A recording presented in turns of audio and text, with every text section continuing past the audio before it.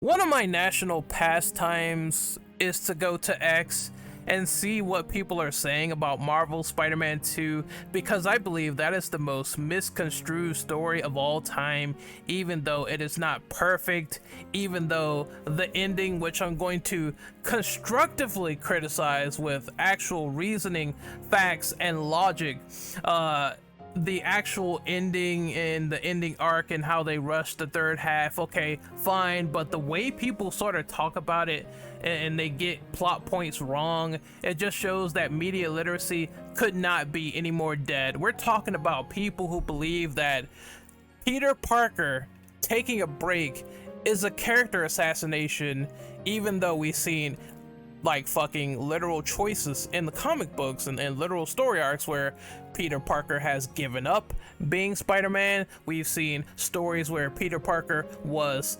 irresponsible, and we've seen some of these things, for better or worse, done in a way where it made sense. Like, people love Spider-Man 2, Raimi's Spider-Man 2, right?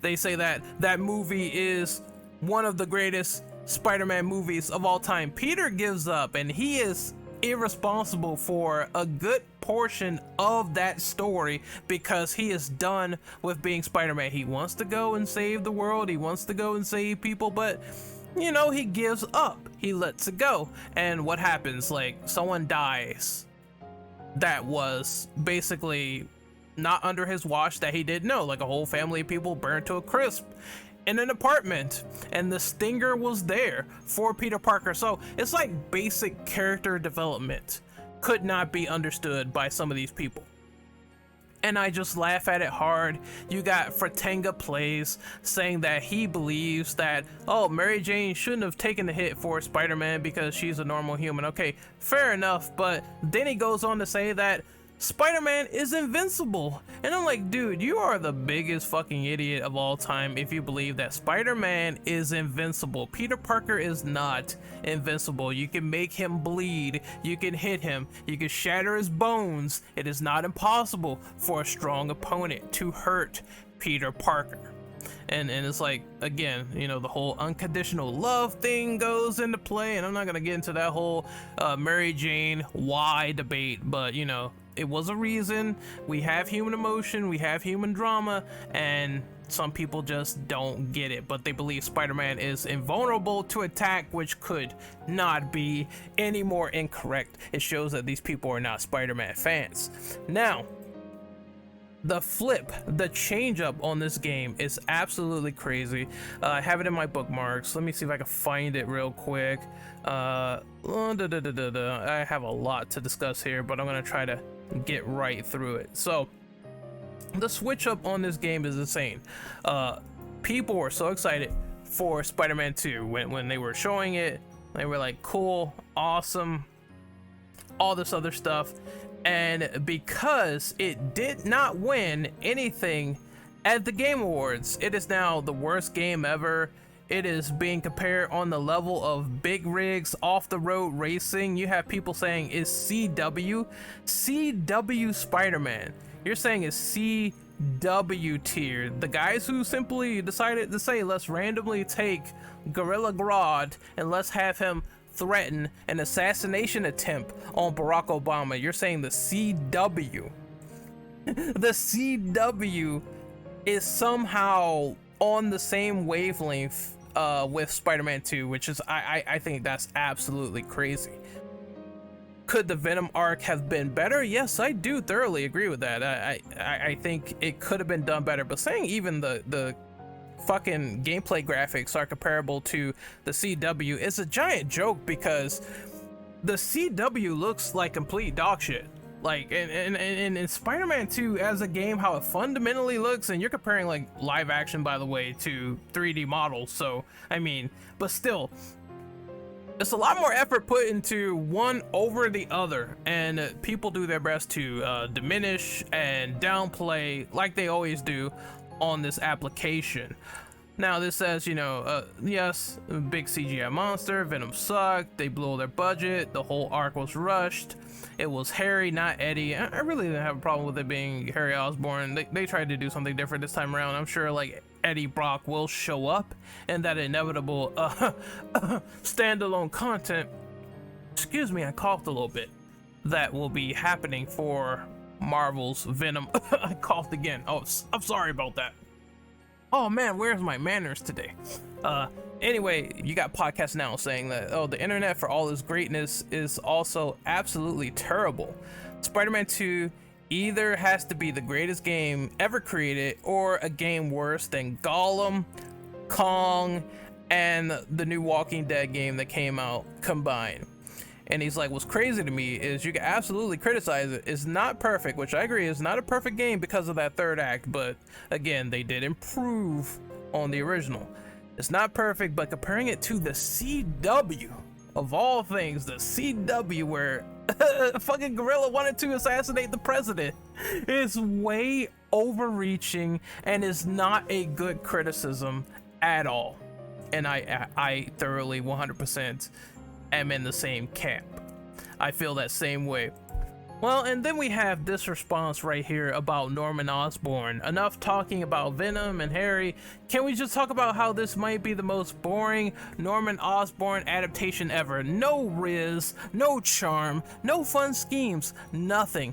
This is nothing that I like about Norman whatsoever. And this guy's like, I don't think I've seen anything so nitpicked hard as Spider-Man 2. Before the Game Awards, people loved this game and they did. Like, the preceding timeline of Spider-Man excitement always went, people were super excited, hyped up, and then when the game came out or when the movie came out, now these days people are just all grumpy, frumpy and disappointed and all this other shit. Like, this stuff was not happening when those projects were initially announced and when they initially came out, and now everyone's like super fucking pissed off.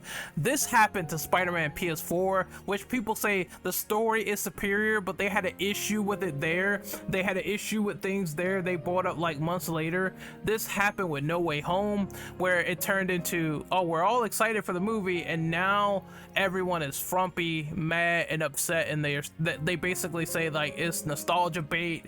It was the worst movie ever. And then people said that about the Spider-Verse movies that came out.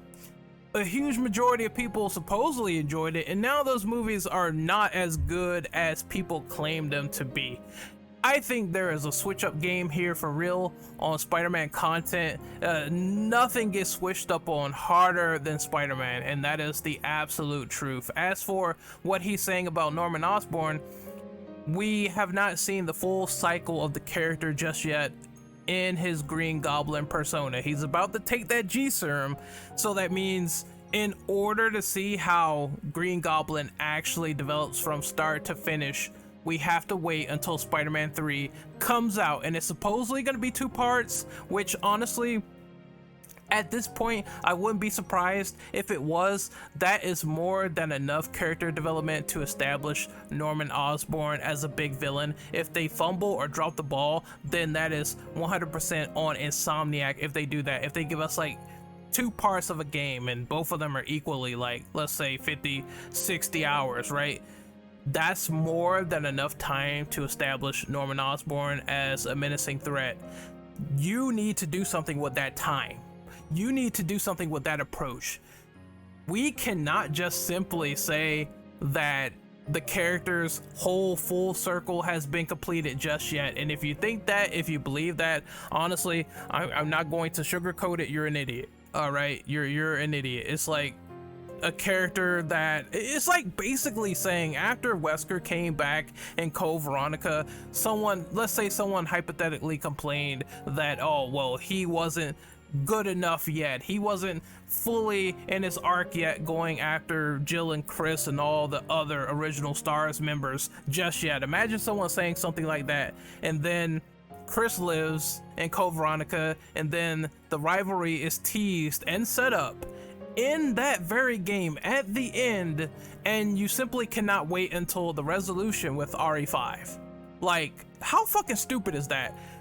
It is sequel teasers in order to see the full character development of Norman Osborn as the villain persona of Green Goblin and how he ruins Spider-Man's life from there. We sort of need Spider-Man 3 to see how the actor steps into the mantle with that wildly different perspective, with that Norman Osborn flair after he has the serum and he goes absolutely batshit insane. Until we have that third Spider-Man game with those 2 parts that come out, if they release it like that, or if the game is like fucking 100 hours long, who knows? It could be crazy. They could combine that into one. You never really know until we have that game. We cannot say what the full arc is going to be. You have to wait until it leads up to everything, and if the moment is satisfying and rewarding and it pays off, then that means that Norman Osborn's arc has come to a close and we can now finally say something about him as Green Goblin. Until we get that full adaptation, which what you people are also just stopping it short at the second game, then please shut your mouth. Let's move on. Apparently someone said a game being nominated at the Game Awards makes the game garbage. It won 0 awards and has 7 nominations. Let that sink in.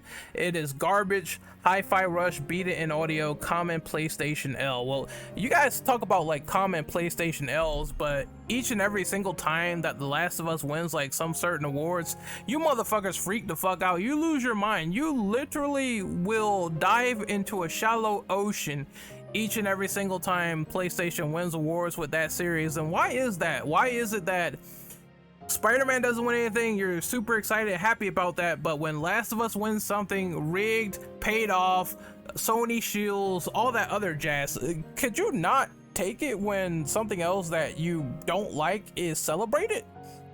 Like, really?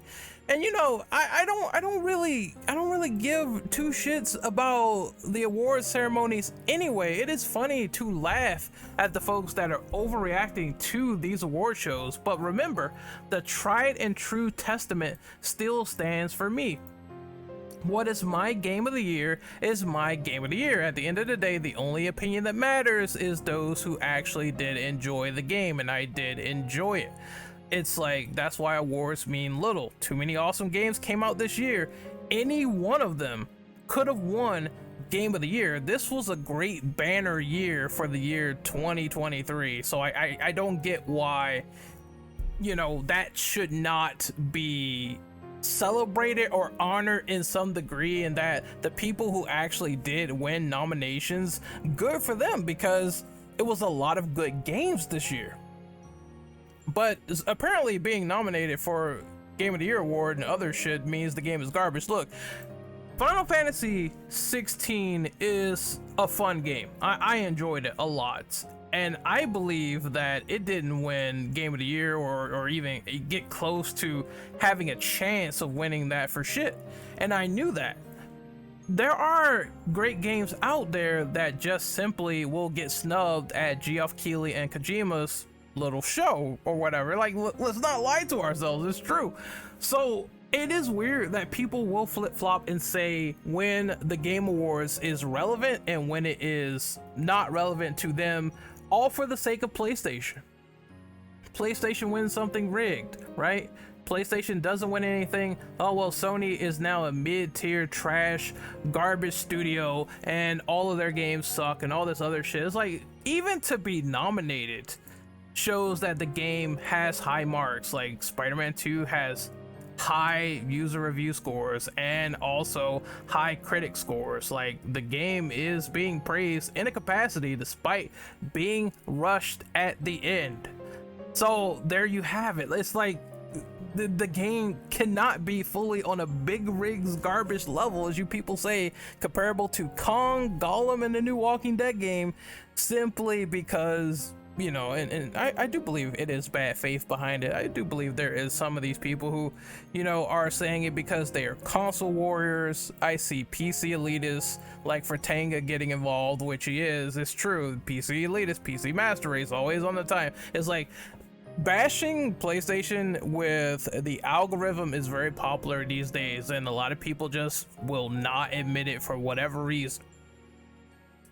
It doesn't mean that the game is shit, because I mean, if anything, it means the game means something. If it got nominated for something, it has to be good in some area to even be considered as a nomination for Game of the Year in the first place. Like, I am telling you, games that are like a 60 or even lower than that, they don't get barely nominated, if at all, at the award show. They get like passed to the side. Are you fucking seeing stuff like Gollum and Kong and all that other stuff, Walking Dead? Are you seeing those get like nominations? Hell no. You're putting it on the same level as those games, saying that there is no critical merit whatsoever to Spider-Man 2, which is fucking ridiculous. It's like Twitter gamers got to acknowledge the bubble they live in after 7 Game of the Year nominations, including Game of the Year, 500. No, not 500. That's way too inflated. I'm sorry. I am tired. 5 million plus copies sold. It might be like 10 million or close. I don't know what Spider-Man 2 sales are currently, but I know it is really up there. High user and critic scores. Spider-Man 2 is as close to being objectively great as the game could get. Stop pretending it's the other way around. Let's go down, because he has a response here. It is not untouchable. It is not perfect. There are features I do wish were there at launch.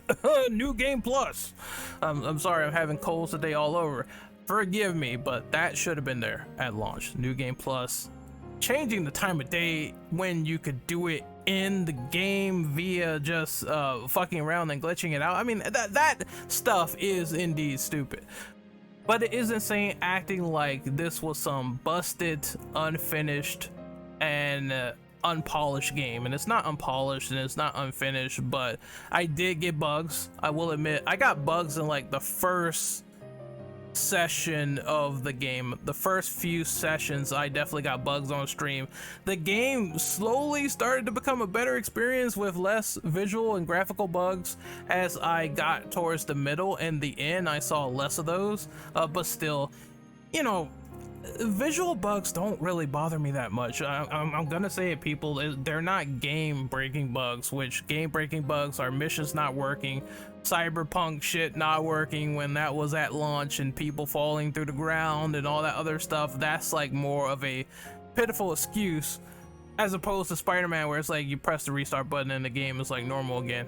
Is it funny? Is it funny? Is it hilarious seeing Peter's arms turn into Swiss cheese? Yes, it is. I laugh at that shit, but I wouldn't say unpolished.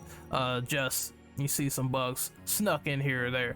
And it's even crazier that to not have an ounce of sympathy for the devs given the current circumstances, which is the Insomniac hack, I believe, and you know, people saying that the Wolverine gameplay is mid, but you know, that's a lot more egregious because it's in pre-alpha, which is weird. It's like people are literally saying a pre-alpha is warranted towards a full retail bad game, and I made a video on that too, and I do believe that, once again, I'm gonna say it again, just in a different context here, if you judge a pre-alpha game, you are just stupid. All right, it's just a skeletal husk at what the game is potentially going to be, but there's gonna be those refinements in between. Oh, there's no gore. There's no gore in the Wolverine gameplay. Well, no fucking shit, Sherlock. They're working on the game. Are you stupid? Like. Oh man. Okay. So what else did I miss here? What else did I miss? So like I said, only my opinion matters at the end of the day. For the Game Awards 2019, I wanted Resident Evil 2 to be Game of the Year, and it was my personal, like, I think it's a toss-up actually between that game and DMC5, but Capcom killed it with releasing 2 big established brand IP games in 1 year. That's why Capcom was my Studio of the Year for 2019. And guess what? Resident Evil 2 Remake received 4 nominations: Game of the Year, Best Audio Design, Best Action Adventure, and Best Game Direction, and it did not win any of those nominations. I didn't care. Last of Us Part 2 won Game of the Year. Cool. I like Last of Us Part 2. It was my Game of the Year. Dead Space Remake and also RE4 Remake got nominated by the tons, but I believe it did not win anything at the Game Awards whatsoever. So once again, it brings me back to that point that people use the Game Awards when it is actually convenient against the company or the brand that they don't like, even though they said before that the Game Awards is fucking rigged, that people are tossing their money to Sony and PlayStation, that fucking PlayStation is paid off, right? They paid off fucking the Game Awards, they paid off Geoff. Why didn't it happen this year? Why didn't it happen this year with Spider-Man 2? Why weren't they paid off then? You see how stupid this rigged argument really is when you really think about it? It's like, okay, if Sony was rigging everything and paying off Geoff, of course, like he supposedly was paid off for The Last of Us Part 2 to win that award show back in the year 2020, why the fuck would you not believe that PlayStation would do it again with Spider-Man 2? Are you just that pea-brained to not realize that, you know, these games are dictated by a panel? Those panels of critics really liked Baldur's Gate 3 this year. They gave it really high marks, and it got like the highest score seems the win at the Game Awards show. And the highest retention, the game that has the highest like view rate, retention, and people playing that game tends to win Game of the Year often, talked about often. You know what I mean? So it is that jury of people selecting those games and those games winning, but does it invalidate your favorite game? Absolutely not. Spider-Man 2 is not my Game of the Year, but it is a close second to Resident Evil 4 Remake. I think RE4 Remake is my personal Game of the Year of 2023. And Spider-Man 2 is a close second, but I will say this. One thing I don't like that happened with Spider-Man 2 is this tweet in particular. Let me see if I can find it. And saying that Kraven, you know, Kraven having an army, well, you need enemies to fight, so you need Kraven's like goons and minions to fight in the game. They have to fill the game with gameplay material, people. And Kraven was perfect. Like, I have no problems with Kraven. Kraven was absolutely phenomenal in this game, and I feel like if you hated him in any sort of flair or reasoning, then you're just a hater. Like, but here's the thing, okay? Now, this interview with Brian Ithahar suggests that during development of Spider-Man 2, Sony told Insomniac that the game wasn't going to reach the level of quality that it should, and it resulted in them having to rework a lot of things for the back half of the game, and it shows. I hated that. Sony, you rushed Insomniac, if this is true. You rushed them, and it shows. And this is the thing that I'm mad about, and it makes logical sense as a Spider-Man fan. This is the thing that I'm really upset about, past all the fluff and dumb comments and the shit that people say. This is the thing that is constructive criticism. It is not destructive criticism trying to tear down Insomniac because this, that, and the third, even though, like I made the previously established illustrated points, being nominated even for Game of the Year or something like that, or having 7 nominations is still a high honor, and people trying to diminish and say it's lesser than, they treating like, they basically treat Spider-Man like it's a fucking 2 out of 10 game.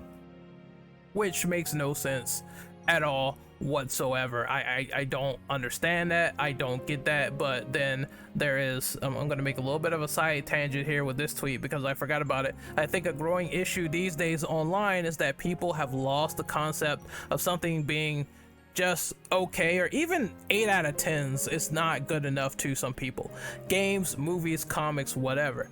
It's either the greatest thing ever created, which, I mean, I think you can give a game a 10 out of 10, so I slightly disagree with that bit if you want to. I mean, 10 out of 10s are also taken out of context by people anyway. Oh, it's masterpiece, it's flawless. No, it just means that I played a fucking game and it has like literally almost like 2-3 flaws I can slightly overlooked. It's not like it's not there, but I enjoyed the experience enough where the pros outweigh the cons. But you know, people do use the word masterpiece and flawless and all that other shit. So it comes with the territory, right? It's either the greatest thing ever created or a dumpster fire. And a 7 out of 10 used to mean maybe I'll try it on sale.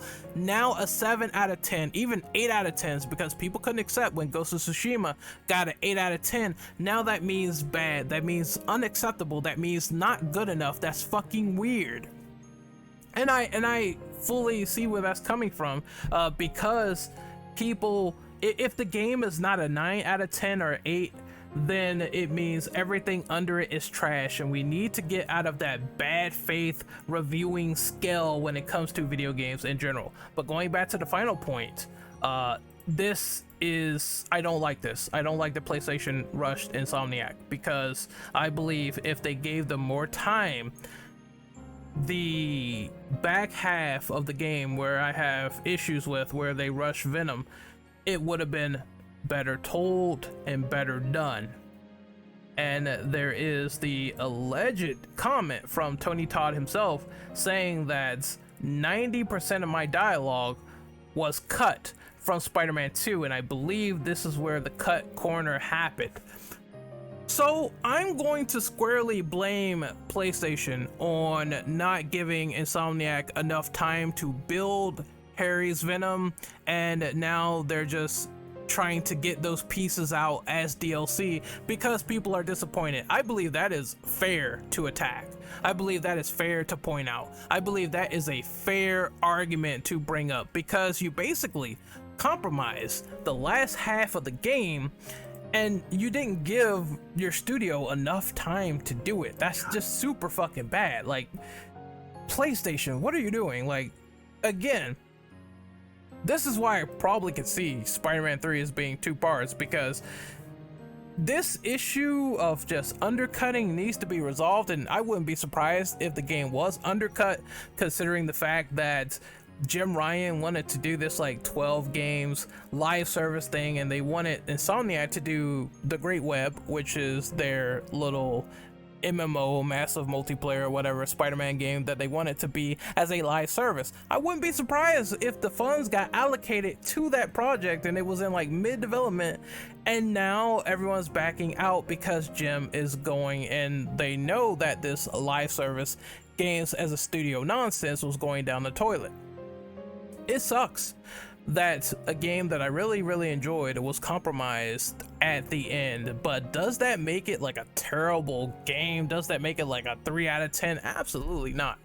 I think if anyone is saying that Spider-Man is lower than a 6 out of 10, a 7 out of 10, if it's any lower than that, you are absolutely just a hater at that point. Like, you are absolutely just a hater. You are saying that the game is fundamentally bad. And it's like, what is fundamentally bad about it? The combat is better than the first one. The story may not be better than the first one, but the combat is better than the first one. The moves and all that other shit, of course they took away like some gadgets or whatever, and I can understand like the ire there, but still, what makes the gameplay, which is the most fucking important thing of a game, which I always ask people, I ask questions like a logical human being, what makes the gameplay lesser than the first one? And I bet you there isn't a soul that will answer that question outside of the cut gadgets. Like, Miles is fun to play as, Peter is fun to play as. You know, when Spider-Man 3 comes out, it's going to be Peter, Silk, and Miles, and I'm sure all 3 of them are going to be kind of fun to play with if they give Insomniac more time. That's the thing that I'm aiming the gun at PlayStation for. And I'm going to let Brian Ithahar talk about this in this little review, and then the video is going to end there. Like, I think back, I can't believe I'm telling the story. I remember when there was one part in the project where we realized that the back half of the game was, we weren't going to make it. Like, we weren't going to hit the quality bar, and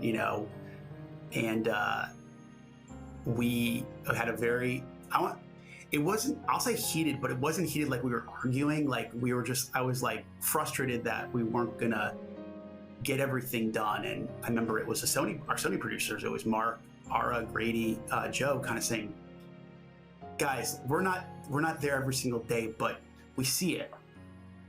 And Jeanette has confirmed it. Like, we're not gonna get all the way there. And I had a really, I will say, an emotional reaction to that talk.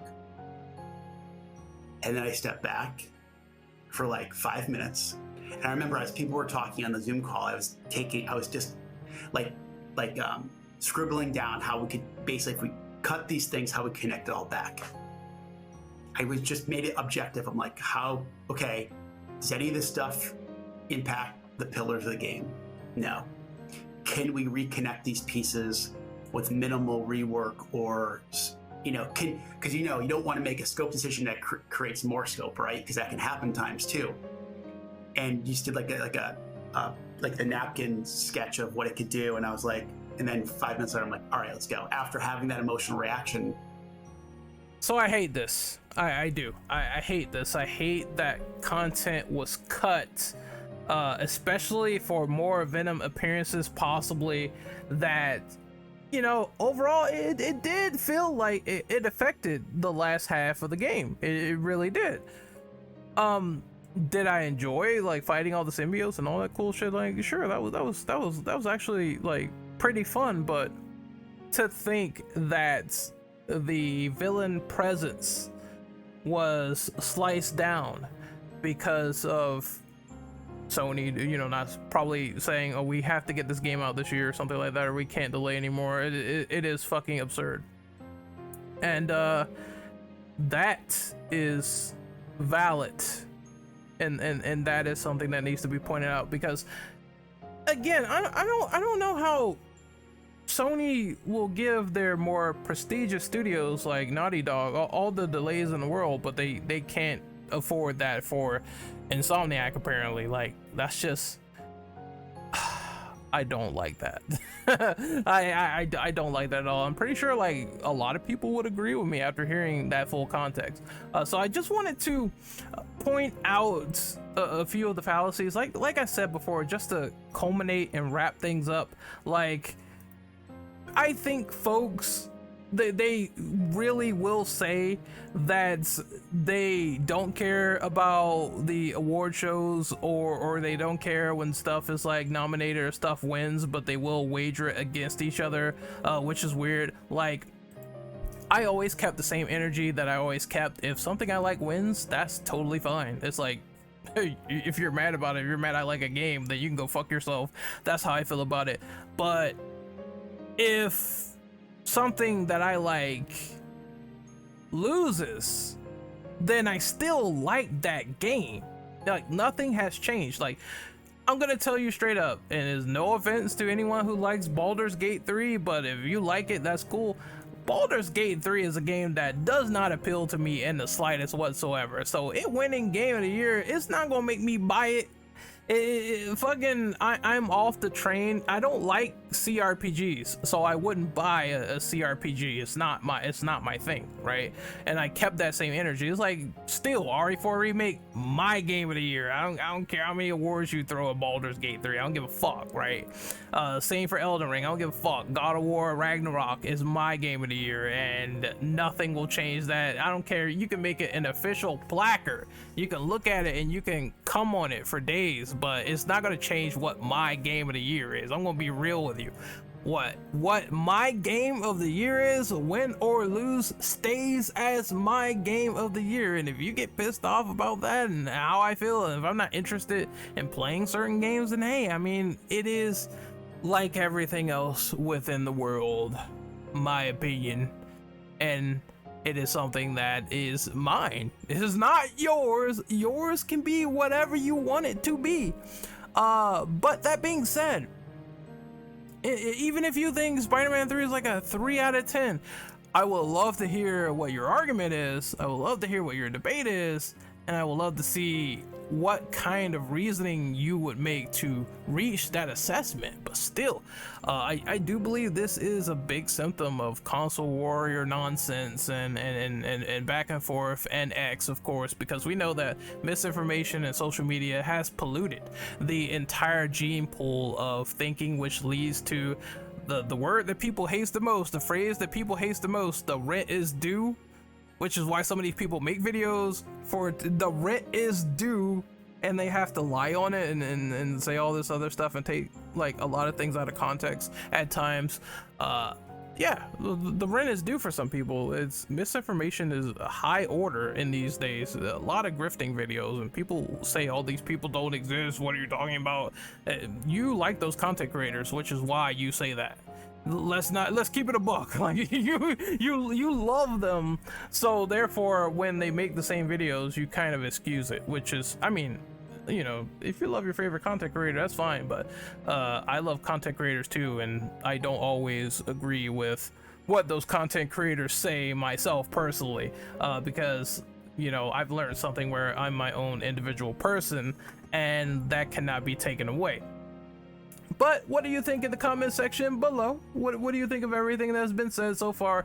I just think that Spider-Man media in general, people will tend to backtrack and show a lot of hatred for it, even though initially it wasn't like that. And it's kind of like the phrase that Green Goblin says in Raimi Spider-Man, the first one, where it's like, in spite of everything you've done for them, they will hate you.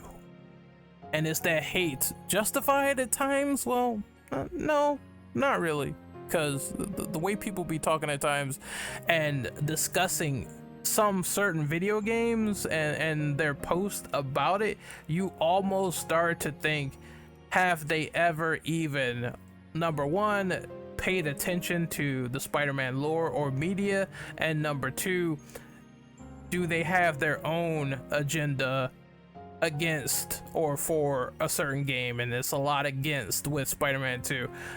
If you are saying that it is a 2 out of 10, then we need to go back to the era of the middleman, where people could actually be nuanced and they will straight up tell you as a player of the game what they liked and what they didn't like, all combined into one. It's not just one way or the other. It's all a combination of those things. But like I said, hate clicks are popular, misinformation is popular, and it's just what people do these days. So if I see like an extremely negative video about a video game that was critically received well, then I'm wondering what that guy is saying to give it like very, very, very, very, very low marks, as if it's almost unplayable. Because I would have to think that he's just highlighting, he's being super focal on what he didn't like versus what he actually enjoyed, or taking things out of context, which is what people also do in some of these reviews now and previews nowadays. It's like, can we go back to the middleman, where the likes and dislikes were a lot more clearer and put into the same sort of format, as opposed to just, well, you know, Spider-Man 2 is worse than Gollum. I don't know what the fuck you're talking about. Like, what? Like what? No way. It's CW tier Spider-Man all of a sudden. Like, okay, wherever that came from, it does pique curiosity, I'm not going to lie. But again, like I said, will this be the last criticism sucks of Spider-Man? Probably not. You're probably gonna see more in the future. You're probably gonna see more head-ass takes. I guarantee you. When Spider-Man 4 comes out for MCU, you're gonna see head-ass takes about that. You're gonna see head-ass takes about Spider-Man 3, and I promise you, all of them will not be justified in the slightest. There's going to be a high degree of some lying in there as well. I can't wait to see what people say about Cindy Moon, Silk, when she gets into the picture. I'm pretty sure you're going to see a review that says 0 out of 10, titties not big enough, the game sucks, which is, once again, if you believe that's good criticism, then I just think that you are oh man, I just think you're a gooner if you say something like that. Like, especially if the character turns out to be like fine for the most part, in terms of like how she is presented with the writing. If someone says that, I just can't take it seriously. I can't do it. I tried. I'm doing my best, but I cannot take that shit seriously worth a damn. And you know you're gonna see reviews like that, which just scream Gooners, man. The Gooners are gonna be out in full force over Cindy Moon. I guarantee you.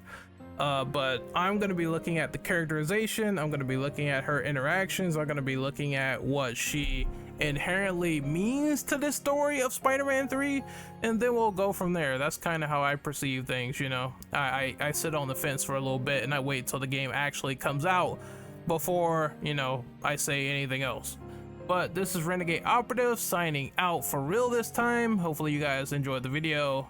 Some people's criticism sucks of Spider-Man 2, and it will definitely suck a lot more when Spider-Man 3 rolls around, and I will be there to talk about it. Until then, take care.